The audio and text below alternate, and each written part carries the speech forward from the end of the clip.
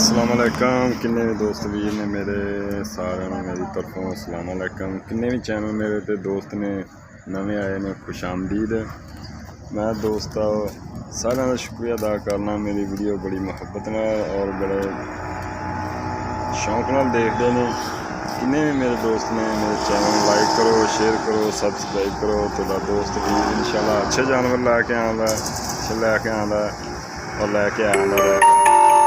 दोस्तों मैं गुजरात तो अगे लाला मूसा भाई दोस्त ने मेरे बड़े प्यारे, उन्होंने माल लैके आया।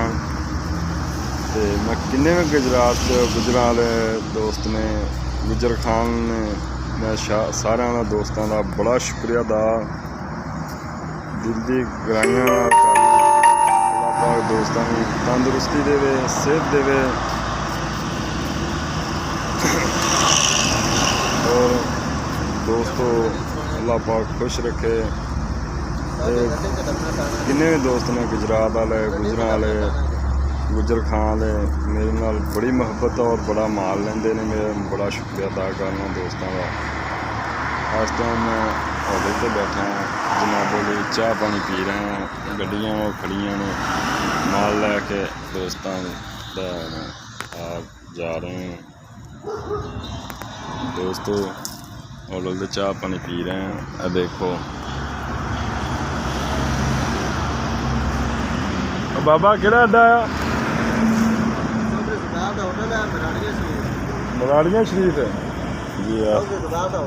इस टाइम मराड़िया शरीफ हैं।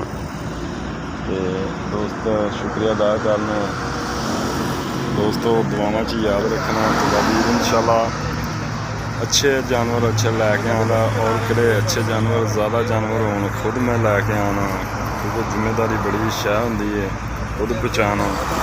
मेरे बड़े प्यारे ने दोस्त, किन्ने भी ने मेरे सारे प्यारे दोस्त ने, मेरे सब्सक्राइबर ने और अच्छे दोस्त ने, उन्होंने माल लैके आ रहे हैं। उम्मीद करना दोस्तों वीडियो पसंद आएगी, पसंद आवे शेयर लाइक लाजमी करना दोस्तों।